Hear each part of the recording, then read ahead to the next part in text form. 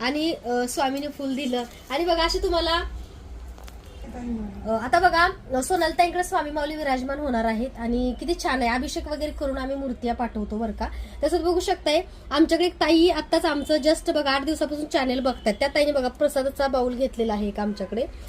तसंच बघू शकताय केळीची बघा छोटी झाडं घेतलेली आहेत 2 माता लक्ष्मीच्या सेवेसाठी. त्याचवर बघू शकताय ताईने आमच्याकडे एक अष्टलक्ष्मीची बादली घेतली आहे. ह्या बादलीतून आम्ही स्वामींना अभिषेक करणार आहे.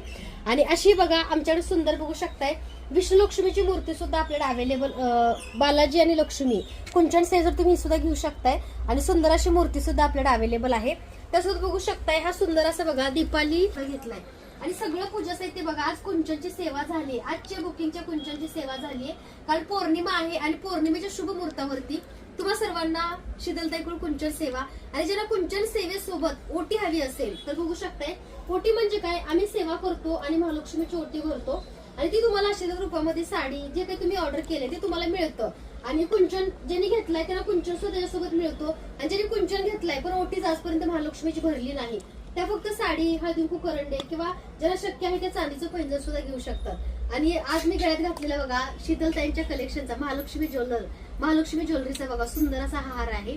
कालच्या व्हिडिओमध्ये बघितला असेल माता लक्ष्मीला सुद्धा लक्ष्मीचा हार आम्ही काल केलाय मोहनमाळ लक्ष्मीचा. तर तुमच्या बजेटमध्ये आहे बरं का. तर असं बघा सुंदर अशी आजची पूजा आहे. कशी वाटली कमेंट करून सांगा. सर्वांना धन्यवाद.